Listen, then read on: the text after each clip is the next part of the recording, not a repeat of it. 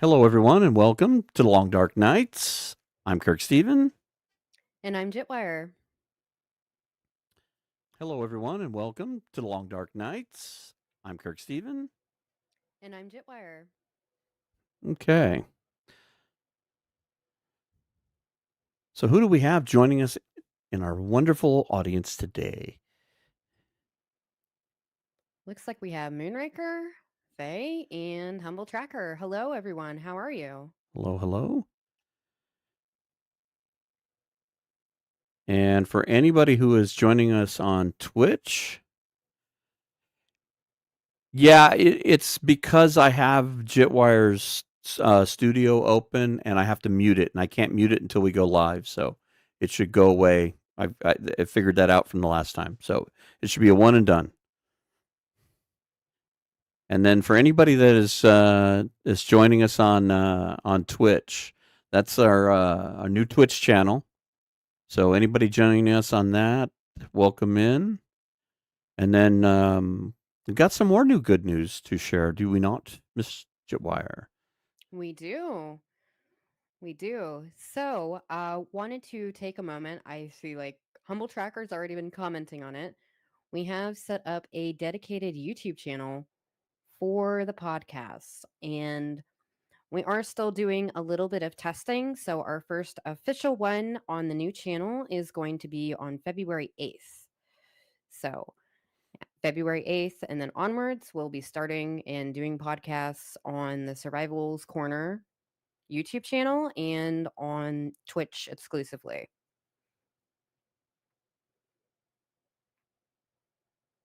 So, And then very we, excited about that. yeah, we're very excited about the channel. We got a very nice shout out from Zach. Hmm. And currently, with the last time I looked, we were already at 130 subscribers on the YouTube channel. Yeah. And we don't even have a video up yet. So that's just Yeah. an amazing response from everybody. So happy about all that. We've got a really Hmm. cool subject for that show, which we will share later. But yeah, it's going to be a good time to get.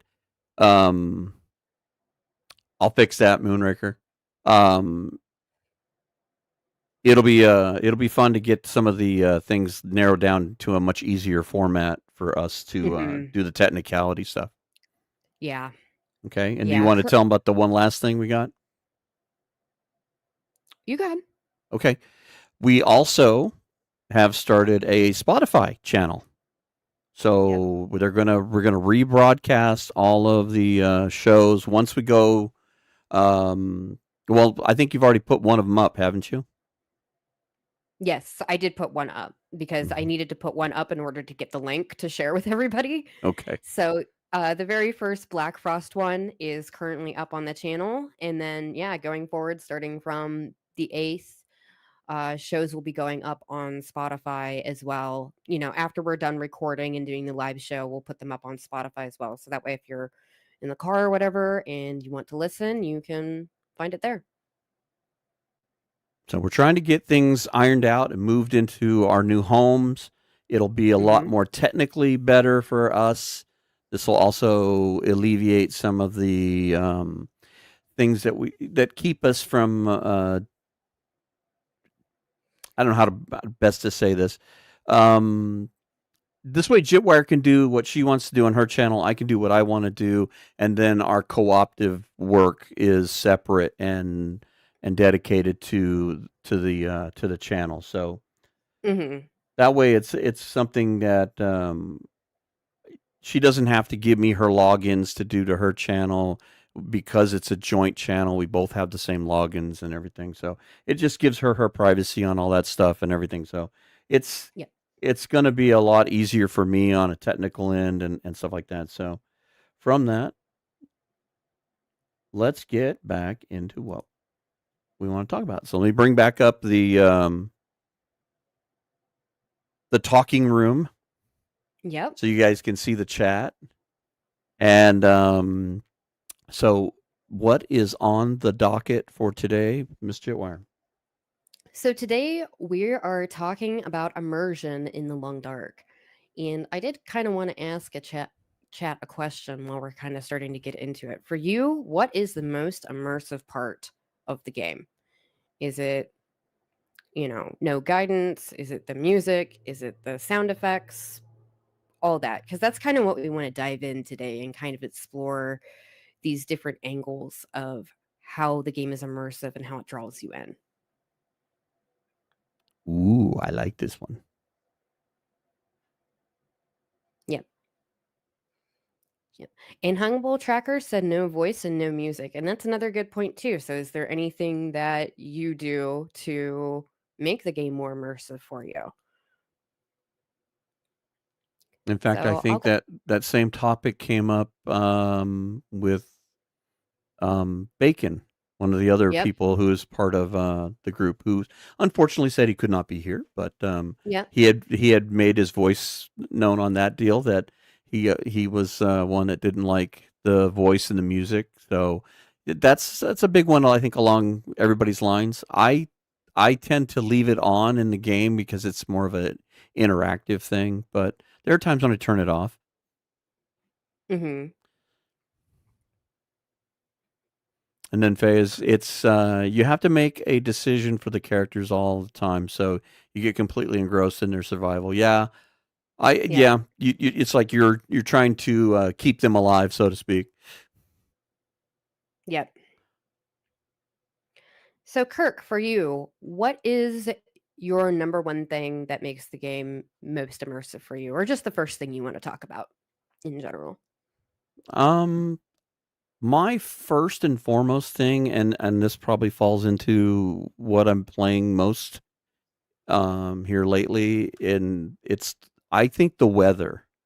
I think the Mm-hmm. weather is the one thing that is so immersive, and that it is um, it's the one thing that you can't control. You can't fix it. You can't cure it. You can't do anything but wait, adapt, overcome. Mm-hmm. You if you get hungry, you can eat. If you get cold, you can warm up. If you get tired, you can sleep. You can't fix the weather. And so the weather dictates everything you do, every decision. And Mm-hmm. you can go back to some of your recent stuff, like with Dead World. You've had some instances in Dead World and in your survive and your Stalker deal where the Yep. weather kind of made you have to.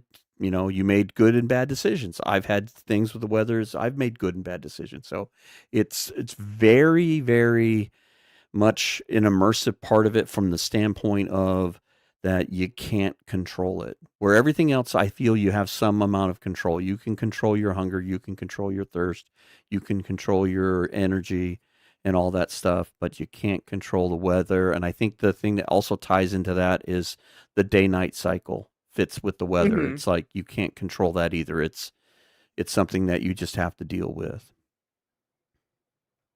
Yep. Yeah, I would completely agree with that. And that's a really good point. Like the weather is it's like its own entity. You have no say over it, no control. And Faye actually made a really good point. It's like it's another character. And I would absolutely agree with that. So it's almost like you versus the weather, essentially. It is. It's almost like another predator.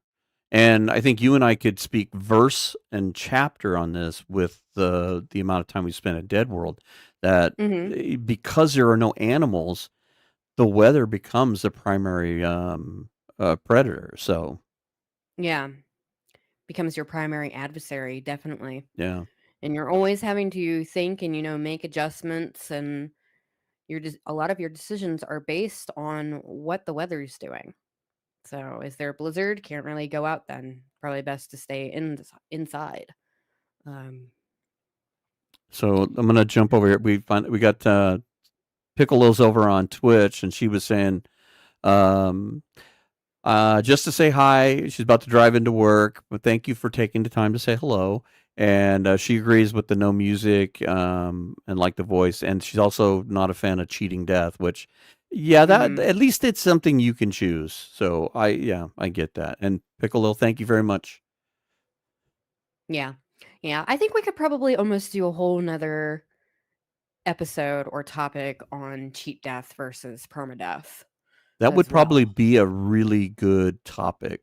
We probably should write Mm-hmm. that down on our short list of topics of, you know, cheating death. And it goes from the gamut of do you save a run over cheating death to I know Archimedes is trying to do a challenge where he survives 3 cheating deaths and then sees how long he can survive after that. So people are using it as Mm-hmm. a means to make a challenge, and yeah, there's a whole gambit of things we could talk about. That I like that. We should put that on our list. Mm-hmm. So Yep. go ahead. And Vesemir commented the alone part. And I know whenever we were talking before, Kirk, you had a point that kind of um, goes with that really well. So did you want to talk about that a little bit as well? And you'll forgive me. Remind me of what point. About like the animals and the lack of everything. Oh, as far as like Dead World and that, I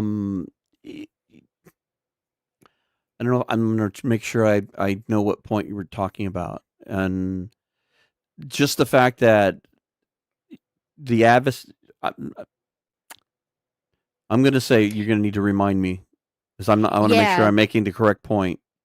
Yeah, so you were talking about like even whenever there are animals in the game, whenever you got into the wilderness, you still don't see a lot. You hear Oh, them. oh, yeah, yeah. That's right. The Mhm. fact that even though, like, I was talking to Jetwire about how my middle son and I got very active into hiking. We were gonna take a trip to where we were gonna hike down to the bottom of the Grand Canyon and back up. And so, in getting ready for that, we did a lot of hiking. And I live in the southern parts of Arizona in the desert Southwest, so we do a lot of hiking in the desert. And when you talk to people about that, they're all like, "Aren't you afraid of the snakes? Aren't you afraid of this and that and that?" And I can't count on one hand how many times I saw anything other than maybe ground, like gophers and ground squirrels. You see a lot of that. I don't think I ever saw one rattlesnake. Did I hear them? Yes. You can hear them in the bushes. You can hear them long before you see them. We never saw one mountain lion. No, no bobcats. No wild pigs that we call javelina out here. I think the worst predator we ever had to deal with was bees. So it's funny that I think one of the things everybody talks about is the lack of wildlife, but the fact is that how many times when you go out, you don't see a lot of wildlife. It doesn't jump out at you, especially the predators. So Mhm. Yeah, and I've had similar experiences too. We had a very small population of mountain lions in the area I lived in whenever I was younger, and I used to go out into the woods and go hiking here and everything.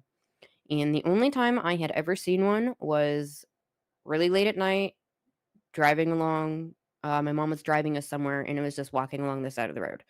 And as soon as it started, saw the car, it vanished. So that was the only time I ever really saw a mountain lion. And then I've gone to the Appalachian Mountains in Kentucky quite a lot, and tons of brown bears or black bears, I believe it is, they have there. And never really saw a bear. The only time I saw one was at the hotel in the parking lot at night, and it was crossing the parking lot to go and get into the dumpsters. And that was the only time. So, I mean, like hiking and everything, never really saw anything out and about while hiking. So, I really think, I guess, the lack of wildlife in the game does contribute to the immersion. I know people always want more. They think there should be a lot going on in open world, but I think in this case it really helps the game feel more immersive.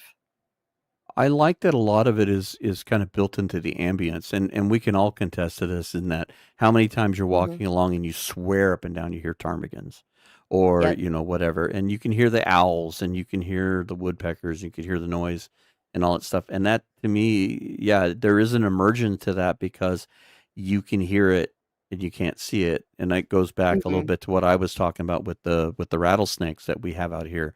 you never hardly see them, but you can always hear them. Yep, agreed. So, looking at chat here real quick though, so says they play on a large 42-inch screen at 4K to capture the artistic world to best immerse themselves. Plus, they play with the lights off and they have the music on low to heighten the emotional experience. So, yeah, I mean, I think that's a really good way to play and to really immerse yourself in it.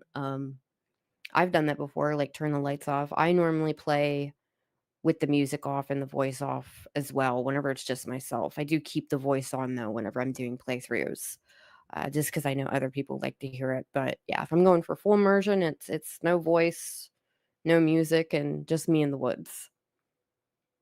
Yeah, I'm definitely one that plays with the lights off. I very seldom Hmm. will play with the lights on. It just takes away something when you're doing it with the lights on. So I agree with the turning the lights off. I have a 32-inch 2K monitor that I play it on. So yeah, I like that. Being able to have that wider screen and you don't see much more than the game. It's very cool on that. Hmm. Yep, agreed. And Katomi says the amount of planning it takes to survive is the most immersive point for me. And yeah, I could definitely agree with that because I mean, you have to be thinking like days, weeks. I mean, it's just not, you have to focus on what you're doing immediately right now, but there also has to be some forethought into everything you're doing. Like, do I use these matches now or do I use them later? Do I use my accelerant now to start this fire quicker or do I wait until it's an emergency situation? And I think the same thing can be said for like food prep and everything like that as well. What do you think, Kirk? I totally agree with this one, and I'm gonna pull from Dead World on this for sure because you're d- you're you're living hand. You're basically living hand to mouth Mhm. almost all the time. Very seldom are you that far ahead of the food chain. So I know there's been maps where I'm down to my last two cattails or whatever, and you're like, okay, what are we gonna do tomorrow, or what are we gonna do? Mhm. And you just keep pushing to try to find that. So yeah, planning is a yeah. Well, we see it all the time. And it's like when you get ready to leave you're at camp office, you're getting ready to leave. What do? You check your inventory and you do all that. And then you still forget your pot on the stove. Yeah. Yep. Yeah, I know that happens to me a lot too. It's like running short on supplies and it's like I'm good for tonight, but then I have to start making plans about what I'm going to do tomorrow and how I'm going to get, you know, some sort of store of food going on. But you always seem to end up in that same situation as well. Yeah, always talk about. I use the term in mine as the net positive. What's my? Mhm. I got to get to a net positive instead of negatively drawing from my supplies. I'm trying to add to them, but at some Yep. point you're going to run out anyway. Mhm. I'll be the one says for some reason the sound of you walking in the snow I find immersive. Yeah, Oh yeah. yeah. It there. It's funny when you're walking in the snow. I noticed this today because I was filming something special that we can't talk about. But the I had everything turned off so I could hear really well. And it's funny when you're walking, you can hear like your backpack, and there's like a tin can rattling on your side and all that stuff. Mhm. And there's a lot of ambience built into that. It's funny. There's a lot of noise going on when you're walking. Yep. And to take it a step further, like I mean, the sound of your footprints, it also changes like whenever you're walking on a road or on wood or the railroad tracks or anything like that. So I think Crampons. also, yep, the crampons as well, whether you're wearing crampons or not, changes the sound of things. And I think that does add a lot to the immersion just because kind of mimics real life, whenever you're walking on Yeah, if you go concrete from a versus, wood floor to concrete to a carpet, it's all going to sound differently. So mm-hmm. Yep. Also, Humble says, in my Dead World run, I love the solitude and silence. And mind you, my Dead World run ended on a wolf encounter on Summit. I hope for a hotfix soon. I'm really sorry to hear that, Humble Tracker. That's really unfortunate, and it sounded like you had quite a good run going as well. So yeah, I definitely hope they fix that Yeah, and as we know well. the Dead World code is a little broken with the latest update too. So Mhm.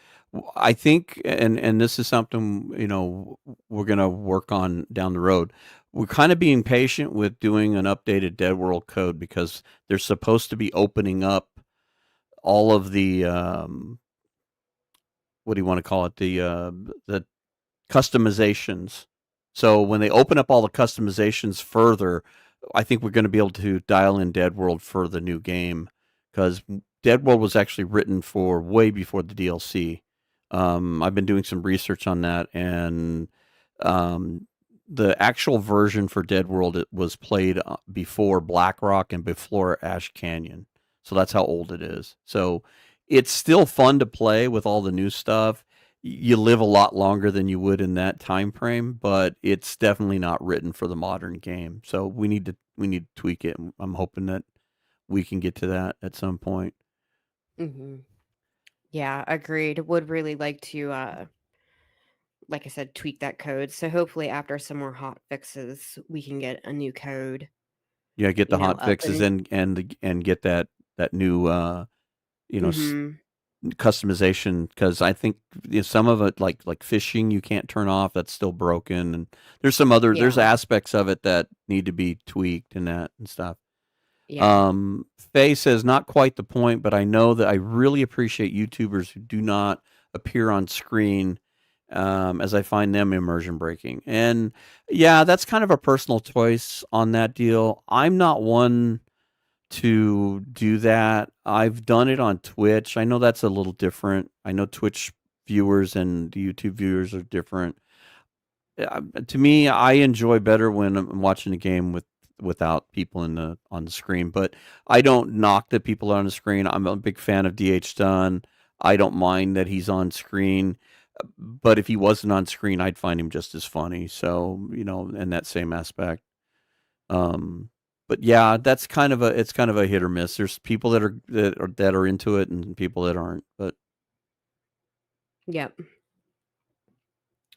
Yep. I completely agree. I mean, for personal preference, I do prefer not to see people on screen. But again, there are quite a few content creators that I like that do show their face on screen. But I do understand what you're saying, Faye, from like an immersion point of view. So that makes a lot of sense. Um, so going back to chat, so Jay Abbott says he always plays the game with music at 0%. Want to hear the game, not the soundtrack. Yeah, I can agree with that. Um, I will say though, for the game soundtrack, I do feel like it was done well. So even if you have the music on, I don't feel like it's as immersion breaking as like the scores for some other games that are like really punchy and kind of intrusive. it to me, it has a movie quality to it. Mhm. It's like it was well thought out, and it has kind of a movie soundtrack quality to it, which I think is important. That it matches the mood. It's not like you said, it's not over the top. Yep, agreed. And Katomi says, so true. The sound engineering is top notch. Knowing which direction that wolf howled from is my bread and butter. So, yeah, that's another really good point. Is you can actually tell where the wildlife is coming from. Um, I've even heard, Zach comment on it on his playthrough. He was like playing with headphones, and if you listen real closely, like you can hear the clicking of a wolf's paws, before you round a corner or you go up a hill or something like that. So you can tell exactly where that wolf is without ever having eyes on it. And So, it's really helpful with the bears. mhm. I don't know how many times I've saved myself from a bear encounter because I'll think I hear something, I stop and then listen for a few seconds, and you can hear the bear breathing and the footsteps. So yeah, playing with headphones and hearing the background is definitely so important. And Mhm. it's very immersive too because they wouldn't be very stealthy; they'd be very clumsy in that. Yep. Yep. JD Gaming Bro says, I feel like the Long Dark is a difficult puzzle, but once you solve that puzzle, survival becomes more of a habit than a constant fight.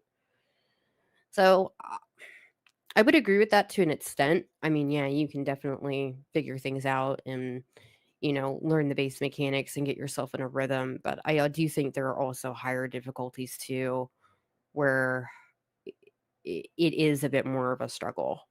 So that's just my personal opinion, though. Yeah, I think Misery is a puzzle more so than Mm-hmm. it is gameplay. I almost think that should be a challenge more so Yeah. than a higher level of Interloper. I think the community has created a higher level of Interloper versus um, what Hinterland did. I see what they tried to do, but it seems more puzzle like, which is more challenge.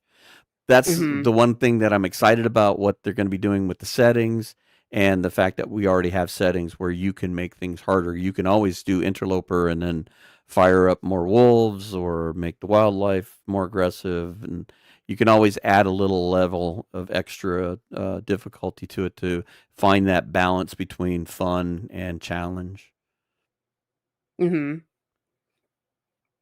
Yeah. And real quick, I guess that's directed towards me. I'm gonna butcher your name. I'm so sorry. The Enigmatrix.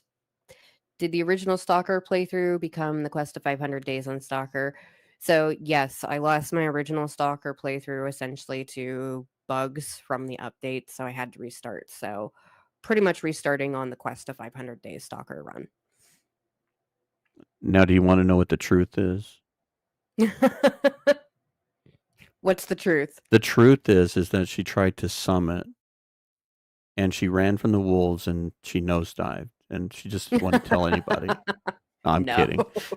I was in Black Rock. That'd be She funny got though. she got sent to prison. Yeah, I got sent to prison. Couldn't get out. No, it happens to all of us. It happened to me last year. I had two runs that I ended up in fact my fourth attempt on Dead World, which I was in okay shape, but I think it was kind of coming to an end, but I lost episodes because of technical issues, and you kind of learn from that and you learn how to back up save files and things like that so Mhm. that you can go back to them for technical difficulties. You can kind of be a sketchy thing because you could, like if you screw up, you could technically just redo that. And from a honor standpoint, I would never do that. I'd rather people laugh at my foolishness and being Mhm. stupid and failing on screen. But it's unfair to the fans that if I lose an episode because the power went out or my internet died or blah blah blah. So at that point, I think it's okay to go back and fix something that way. But I would never fix a screw up. I'd rather put that out there and just wear it. That's just who I Agreed. am. Yeah, completely agree with that. So yeah, in the case of my stalker run, I did actually back up that save, and even the backup was uh not a good time. So yep, new run. But What else we getting got? back to getting back to chat here. Um, Jay Abbott says, I've recently started playing without HUD and I'm not 100% on it yet, but I also think it's helping with immersion. Makes the game harder, but also feels more real. So, yeah, playing without the HUD does definitely make the game harder. And I will say it is like a practice skill to be able to pick up things without the HUD on. Um, it, it's, it definitely makes it much more complicated. Yeah, in fact, if you ever want to see anybody doing that, DH Dunn has one of his can I lope 10 days. One of his series is where he does it with the no HUD, and he goes so far as to he takes pictures of it. It's hilarious, where he shows his screen where he's got post-it notes over everything, so he's getting no feedback whatsoever. And it's definitely a different monster because it's hard to pick things up. It's easy to, you know, lose stuff. You don't know how hungry you are. You don't know how thirsty you are. All of that stuff. So yeah, it's Hmm. it's a different immersion altogether. Yep. And Old Guide Can't Game says, I like it for seeing the reactions to the situation. That's why I show myself when I upload. But not having someone in the corner is nice depending on the creator. Zach is great, very soothing. Yeah, I could. Yeah, definitely. And that kind of goes back to what we were talking about. It's kind of a personal preference. It's like I said, I'm a big Mm-hmm. fan of DH Dunn, and I watch others where they're on screen, and I'm fine with it. And then I'm a big fan of Zach and Jitwire and that, and watch all their stuff, and I'm fine with it either way. So it just really depends on how they want to do it and whether you like what they're doing. Everybody has their own thing. I know I can go back to experience for myself when I was doing Twitch and that. I'm a huge fan of Mystery Science Theater. And so one of the things I did when I was doing early videos is I found a little silhouette cutout of the audience, like the robots on Mystery Science Theater, and I used to have that up all the time because that's who I would talk to. I was talking to the audience, and I got someone who said, could you please take that down because it was immersive breaking, and I was like, okay, I understand. It was more for me, and you got to do more than just for yourself. But yeah, Mm-hmm. Agreed. So, did you have another thing that makes the game feel more immersive for you, Kirk, or you think it contributes to the immersion? the other one that because I wrote down a bunch, and Mhm. we came up with this topic, and the other immersive deal I thought was just the world environment. The I love the fact that they did this watercolor world. It's definitely paid dividends as the game has gotten older. It hasn't Mhm. timed out. It isn't old. Granted, the graphics aren't the most you know glorious, beautiful thing in the world. I mean, all of us have seen some stuff on Real 5 and we're like, "Oh my god, this is amazing." But it does, graphics don't have to be 100% amazing to be immersive. And I think it's pretty with the way the weather, the with the trees and again with the sound and all that stuff. Sometimes you can just get caught up standing outside and you're practically freezing to death because you've gotten sucked in by the weather. So, or I mean, Mhm. by the beauty of the game, and Mhm. and how the weather reacts with the trees and the snow, and yeah. So I like the whole world map thing. Some of the vistas are beautiful, like Sundered Pass when you're looking down at the avalanche site, and you can see all the timber wolves, and it's just big open expanse, and it's beautiful. And you're one of your favorite places, Forsaken Airfield, Mhm. during the aurora is just stunning. Yeah. So yeah, I think the maps are so pretty that that's where I can get lost in the immersion part. Mhm. Yeah. I mean, I would agree with that. So, yeah, especially whenever you're like further away from the actual airfield and the aurora starts. Like, I think that's like so pretty whenever you're looking at the airfield because you can see all the different colored lights as well. It definitely draws you in, and like I said, you Mhm. can you can get caught up in it, Yeah. especially the Yeah. auroras. I think the auroras are really cool in the game. Yep.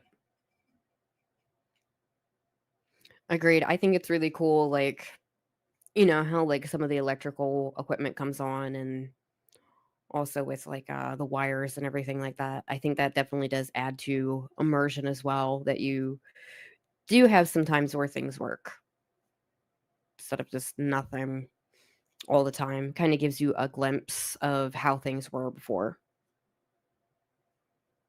Yeah, like Faye is saying something about the sunsets. Yeah, sometimes you can get and they'll be red, sometimes they're orange. They did a beautiful job with the ambient sky and all that stuff. Um, I've got one that I just recorded this morning where it pretty much was sitting in one spot, and I kind of watched the moon set behind the mountains and stuff, and it was like, this is really pretty. This is really cool. So yeah, the Mhm. the the the outdoor ambience and the scenery and stuff is. they all tie together really well, and it's very immersive on that end. Yep. Yep. So going back to chat here, real quick, just check in with everybody. So Lucky Bass says the worst part of the Long Dark for me, I can't get the platinum trophy. Not all challenges are available. I'm really sorry to hear that. Are you playing on console? I know there are some console issues at the moment that need to be sorted out, and I know there are also some achievements, especially since the update that you can't really get. Like I know Zach did a whole video on that about Cougar 1.0 and trying to get the feat, and I think that would kind of fall under that category as well of, things not activating once you've done X, Y, and Z to be able to achieve it. Yeah, and the weird thing is too they have a lot of legacy badges and stuff when they were doing, like Dark Walker and is one you can still get, but I know they did other like little dated ones. If you go back, they're like dated like 2018, and they were doing a lot more interactive stuff in the studio with the community. So there's some of those badges that are legacy badges, I think is what they were calling them. And now the Mhm. Cougar, I think the Cougar is what Zach was saying, and I think from what I read from the Hinterland forums that is now a legacy a badge. That if you got it in those 4 days, wear it proudly because you can't get it now. Mhm. Yep. And Moonraker says, agree on misery. The parameters are to be fixed as it is. Play needs more agency. Yeah. Um, I think that kind of goes to what Kirk was saying that it kind of feels almost more like a challenge rather than like a step up from Interloper. And I see Jimmy also commented on that as well, saying if misery was a challenge, players could only compare if they did it or not for how long. I think it's about players wanting a number for how good they are. Yeah, in some ways, Yeah. because you Yeah. know you know exactly when some of those effects are going to hit you. You just don't know in what form. And we were talking about this when we were talking about the different play uh, levels when we talked about misery. We were talking about that the, the better idea with that, well, and I say better, but in my idea would be is that it should be conditional. So you don't get broken body unless you have a fall. You don't get Mhm. the illness thing unless you eat a bunch of bad food or whatever. There should be a causality to it, a cause and effect on it, Mhm. and that's why it seems more like a puzzle to solve than it is. You know, even with interloper, you still have to overcome a lot in order to do it. But Agreed. And Eric was saying, I wonder why Hinterland thinks all ice breakthroughs are only waist deep. Yeah, that's a good point. Um, Especially like I think it makes sense for Forlorn Muskeg. Water's probably not as deep there, but I think like whenever you're on the coastal regions, I think yeah, you'd probably fall in quite a bit deeper. and depending on the tide and all that, you Mhm. might get sucked up underneath the ice. I could see from a real. This is where you have to play what's real and what is gameplay, and you can make something so real that it's not fun to play. It's just a mechanism. It was a developer choice to make it so that you could get out of the ice and survive. Mhm. Although I do agree that maybe if you fell in at the edge of the ocean, that might be one of your cheating deaths at this point. So that could be something they could fix. Mhm. Agreed. Yeah.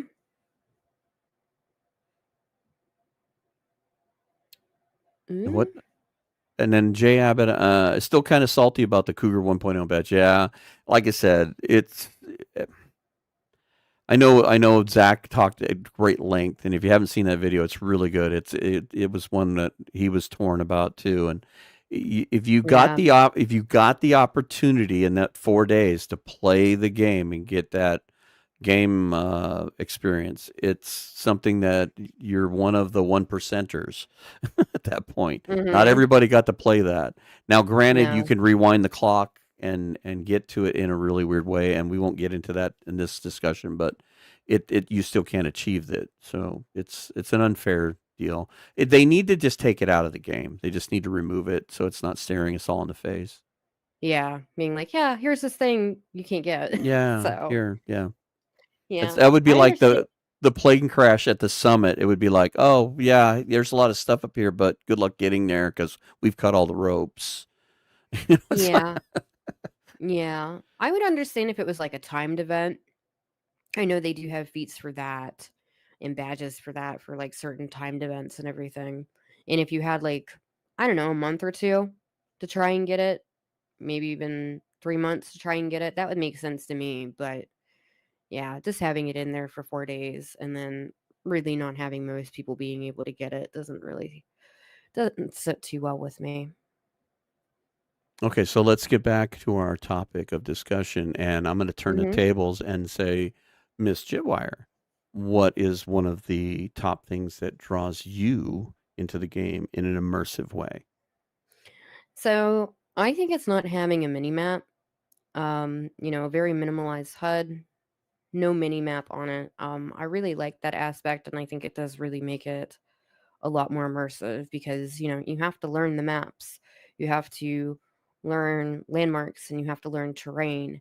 And to me, that really pulls me in because it's like I have to pay attention to where I'm going and where I'm at versus just looking up in the corner and being like, oh yeah, I'm right here and I just gotta go this way to this cave. I actually have to like look for like that rose hip bush, that's my marker, or that hill or whatever else. So for me, I think that's one of the things that makes the game the most immersive for me. Yeah, that's something that will throw you when you first start to Mhm. play. Is that you open up the map and it's just this blank black page, and it's like, well, until you make a map, you're not going to have a map. Yeah, so Well, yeah, I mean, even after you make one, it's not going to tell you exactly where you are, yeah, you like don't on a have a lot of other marker, games. you don't have anything. Yeah, no Mhm. compass. How many games have a compass?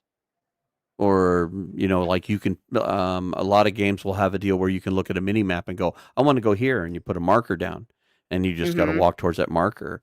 So yeah, there's a whole thing about not having a map where that's where like so many people will talk about what's the number one thing to learn when when you start the game. Map knowledge, map knowledge, map knowledge. I think Jack's got a whole thing of people from Twitch saying that same thing. Mhm. That was some of the Thomasina and Athenon and Ones and Only and Kim Yoda. All those guys were all like you gotta have map knowledge. It's what Yep. what makes or breaks it. Yep. And real quick, Silence Shades said they had to go. Thank you so much for stopping by. We really appreciate it and have a great one. Yep. Thank you.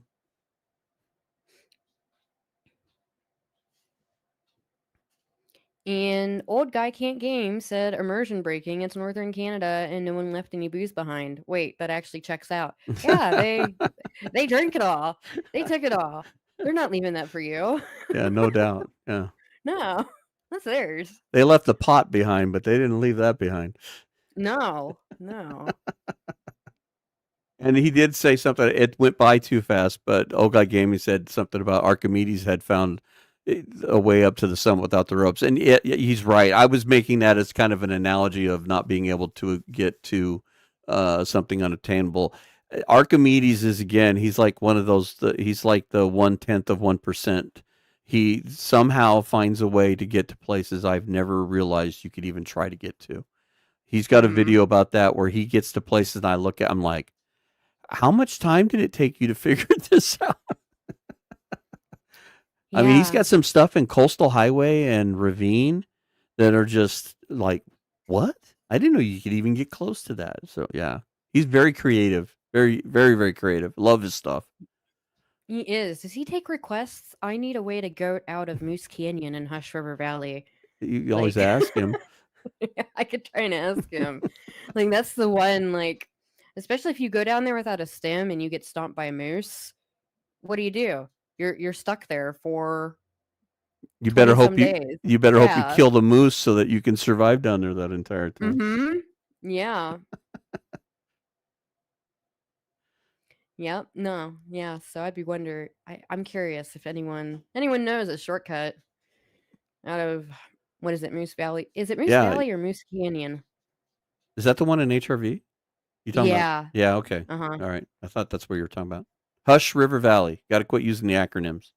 Oh yeah. Yeah, Yep. we were talking about that. We were like, people are not understanding, so we got to use the real name. So Hush River Valley. Mhm. And going back to chat, so Humble Tracker says I live in the woods up north and I can say the long dark has the ambient sounds quite well. When I go to set up snares or hunting in the game, it feels right to me and why I love this game so much. Yeah. Yeah, yeah. I was gonna say Yeah. they. It sounds like they actually took the time to go and go outside, so to speak, and go. What is this going to Mhm. sound like?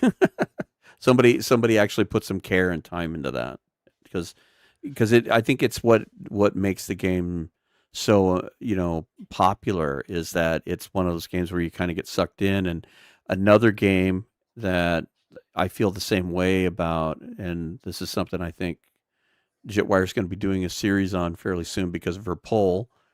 But Mhm. Subnautica is like that too.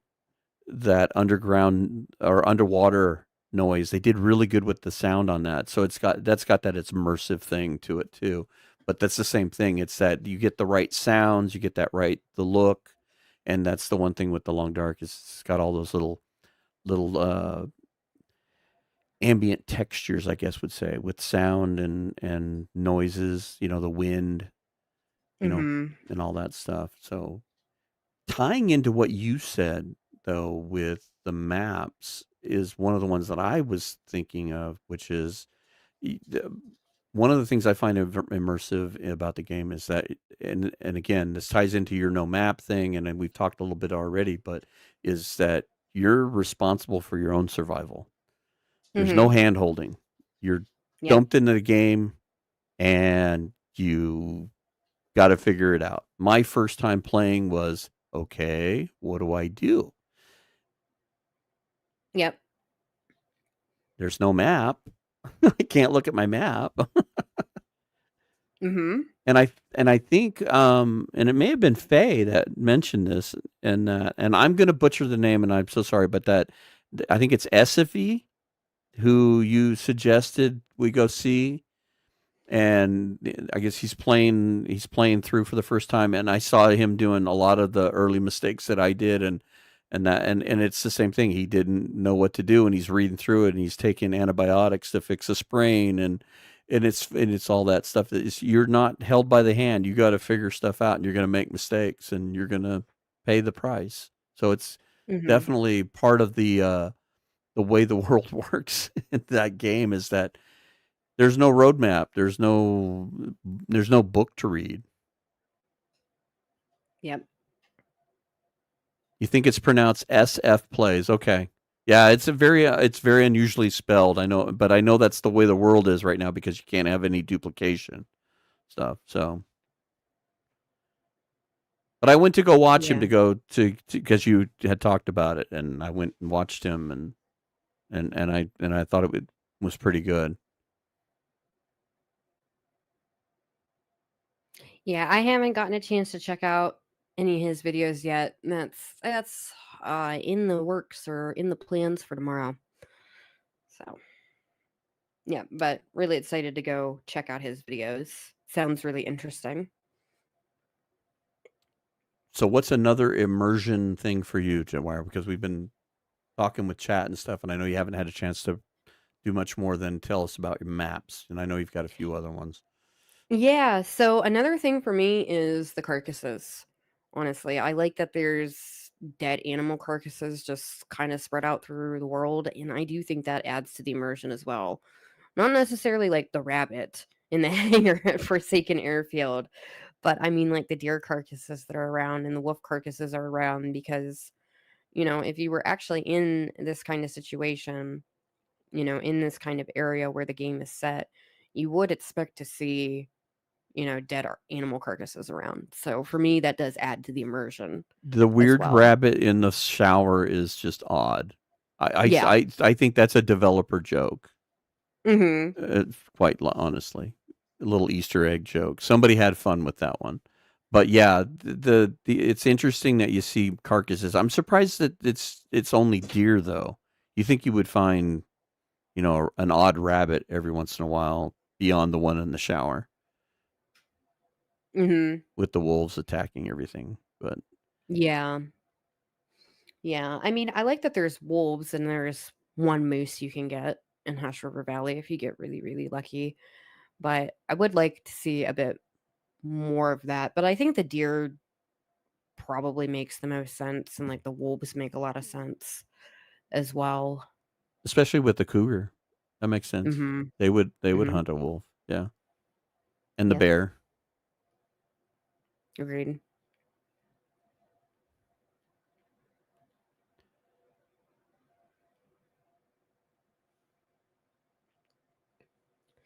So So back go to ahead. chat here. Yeah, Yeah, yeah. I just was just good. looking back. I was reading through chat, and I'm sorry we had a little bit. Both of us are reading through chat. So go ahead. Yeah, so Jay Abbott was asking if anyone watches Fart Knuckle. He's 130 some runs into trying to learn the game on Interloper. I have not checked him out yet, but that is another one I do want to go check out as well. Um, sounds like he really just jumped right into it, and he's trying to learn his way through it. Trial by fire Mhm. for sure.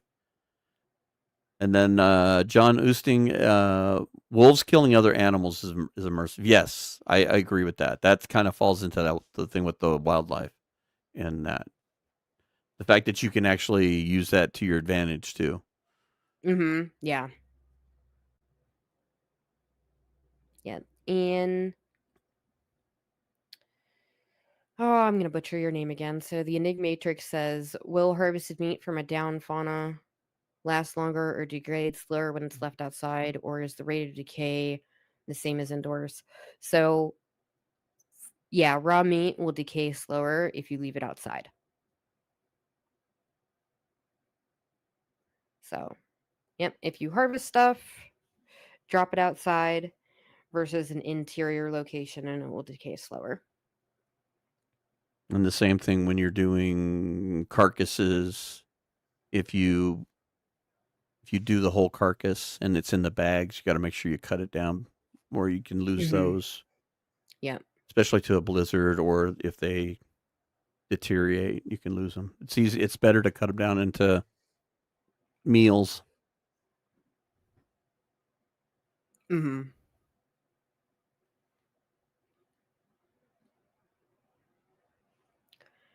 So, and I think my last point for what I feel makes the game immersive is just the freedom of it. There's a lot of games you go out there and you play, and there's certain areas where they're like locked behind levels, or you have to have this piece of equipment, or you have to do this thing to be able to get into it. And the locked levels in the game, like there's a key you can go find.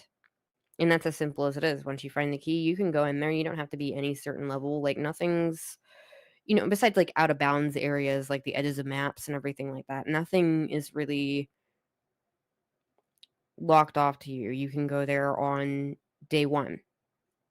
So I think that's another thing that really adds to the immersion for me as well. It's the freedom. Go where you want, do what you want, whenever you want.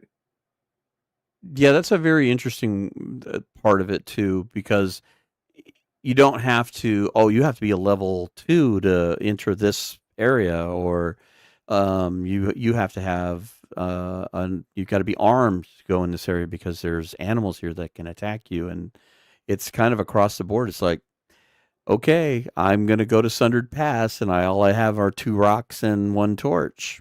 You can Mhm. do it. You may not Yeah. make it, but you can do it. So Yep. yeah, I think it falls into that no hand holding. It's Yep. yeah, you've got there are no barriers. There's no hand holding. There's no nothing. If you want to go down into the Aurora mine with 2 cattails and hope you get out, have fun. Yeah. It might be a long day.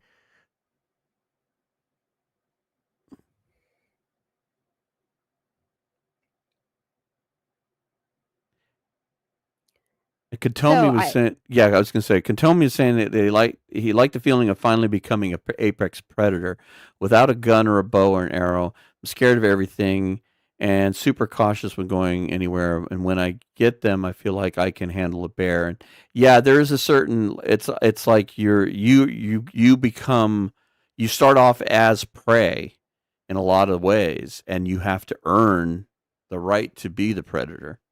So that's kind of a mhm. neat. It's kind of a neat deal. That I like. Yeah. That is also kind of cool. Very interloper, very much so, more so than the other levels. But um, I like that part of it too. It's like you got to evade and avoid until you get to the point where you have the ability to take the upper hand. And I'm sorry, I didn't mean to cut you off earlier. No, no, no problem. No problem at all. So I was just wondering if chat had any last like immersive things or things that made the game feel more immersive to them that they'd like to add. Old guy, old guy can't game. Was talking about the wildlife reset, and that has changed things. You do have a little more head on a swivel, and you have to be Mhm. careful. I wish there was a more dynamic way they could do that and not set it. I wish there was. It was kind of like the loot tables, where and some of it's kind of like that. I noticed like in Pleasant Valley, around where the farm is. Sometimes you can have regular wolves, sometimes you can have timber wolves, so it's kind of dynamic now more. But it would be neat to do that more with more of the wildlife, where like the bears have these set paths, and I know it's gaming issues and coding issues, but it would be neat that if you could bumble into a bear in some place you didn't think you were ever going to see one, and that. Mhm. Although I don't understand wolves on the top of the summit. That one I don't Yeah. understand. That's like, how did they get up there? I could understand the cat being up there, but not the wolves. They're not climbers. Mhm. Not like that. I know some dogs can climb pretty good, but I don't know that I understand that one. But yeah, the wildlife Yeah. reset has changed some of the immersion, because especially for older players and experienced players, on that front. Mhm. And Jay Abbott said he likes how it gets dark without light. It feels real. Yeah. Yeah, that is a cool aspect of it as well. I mean, whenever it gets dark, it gets really dark in the game. So that definitely does add to the immersion. It makes it feel, like you are out in the wilderness because you wouldn't have a lot of artificial light or anything like that And really helping you. before safe house customization, how many times has somebody walked into a house or a cabin and you can't find the bed? And yeah, can't find anything. You You can end up just you in can a cheat corner. now, but Mhm. before you were stuck.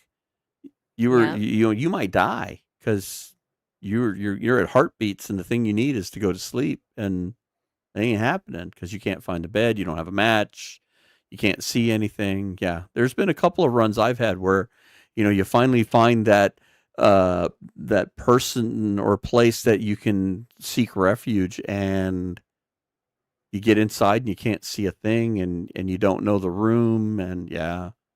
Yeah. And then Moonraker says permadeath. It adds to me the immersion. It's nothing normal gaming response. Distills the game down to surviving. Yeah, I like that they make cheating death an option. At permadeath is still there. You can cheat death and pay a penalty for it.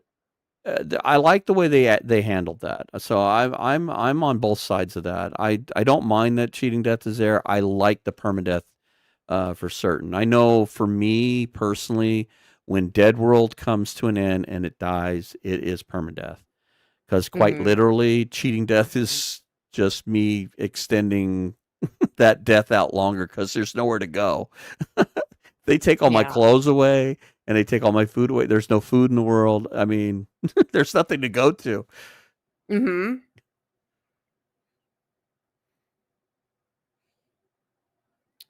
In Katomi says carry capacity. I could carry the entire contents of a house in other games, but in the long dark, I'm forced to think about being 300% encumbered. On my That's a way to good the one. safe That's a house. real good Yeah. one. Yeah, that is. Yeah. I mean, you really have to think things over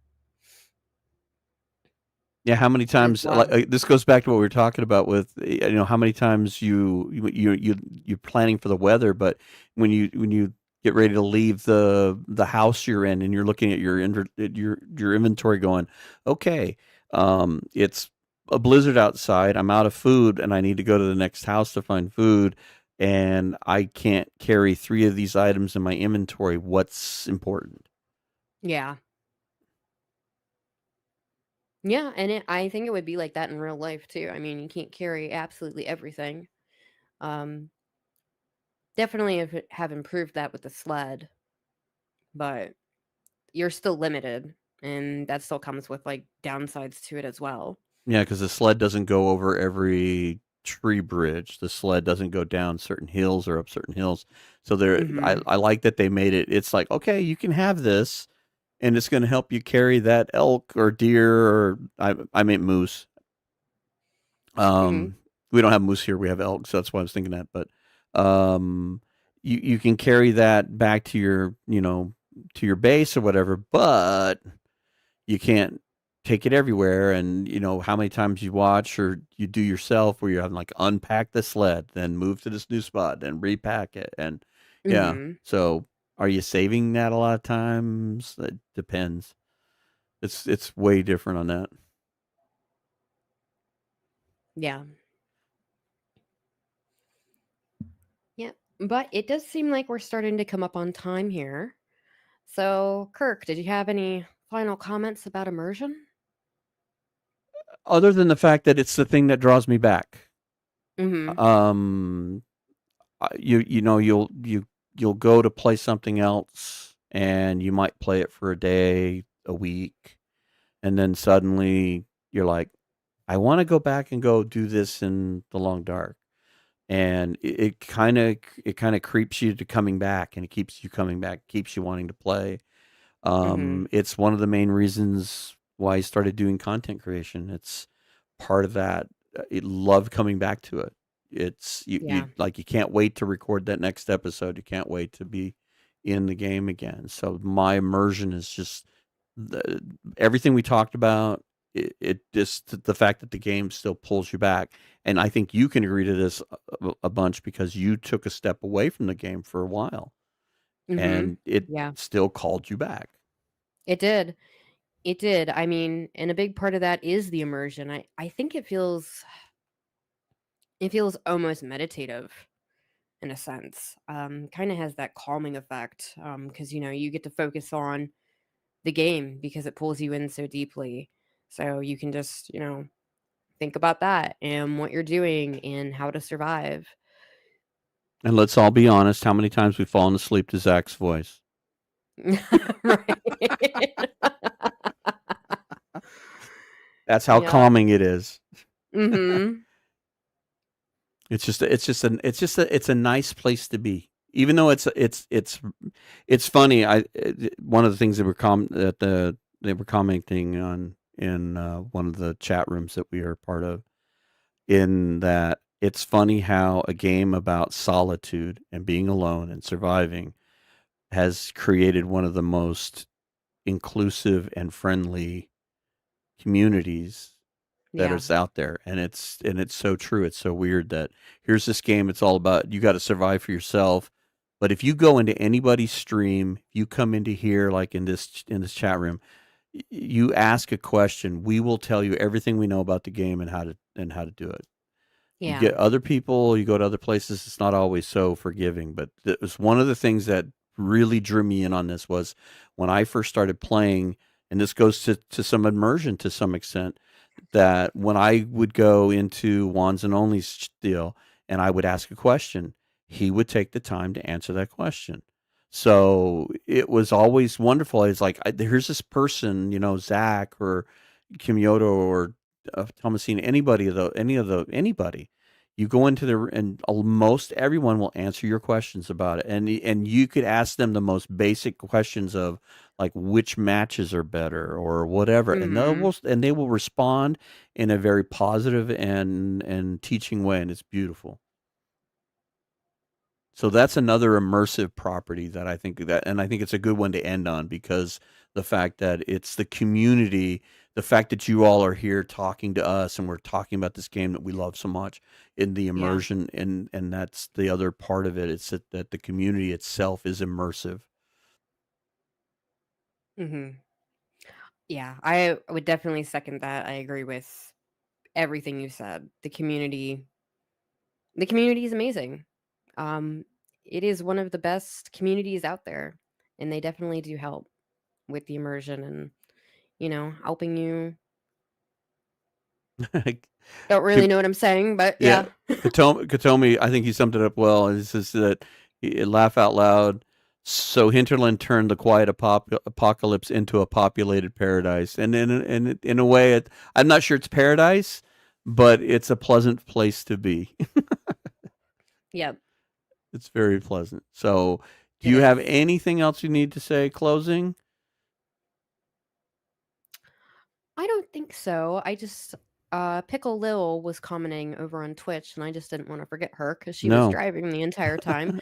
So she was saying the addition of hand coverings has helped with immersion. And Oh, that's a yes, good one. Yeah, yes, yeah, yeah.